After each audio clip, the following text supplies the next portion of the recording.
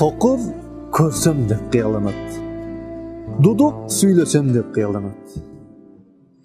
Дүлөй уксам деп кыяланат. Ал эми төкөр бассам деп кыяланат. А сен болсо угасың, басасың, сүйлөйсүң.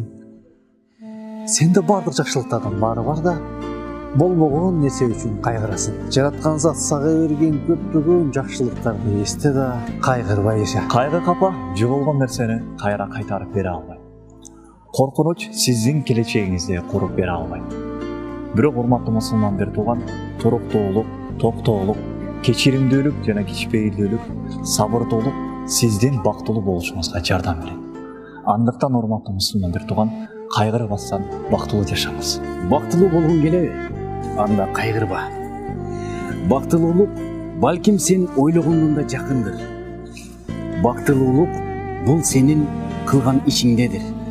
Балким бактылуулук бул сенин ыйманыңда. Бактылуулук сенин кылган ишиңде. Бактылуулук сенин кулк мүнөзүңдө. Ошондуктан урматтуу мусулман бир тууган, бактылуулукту алыстан издебей, өзүңдөн изде. Бактылуу болгуң келсе, ар дайым жакшы иштер менен алек бол. Жетимге, жесирге, колуңда жокко жакшылык кыл. Башка адамдарга жардам бер.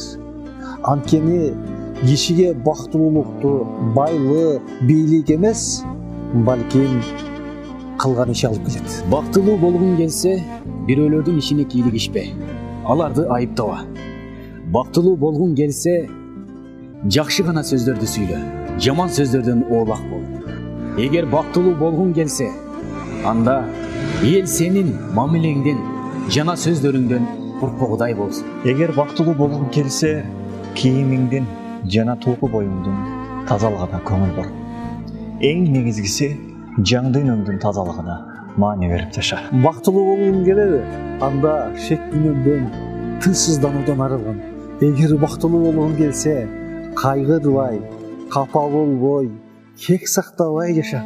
Эгер бактылуу болгуң келсе, жылмайып жүр. Анткени жылмаюу адамдын жашоосуна бакыт тартуулайт. Ошондуктан урматтуу мусулман бир тууганым, ар дайым жылмайып, кайгырбастан бактылуу жашайлы.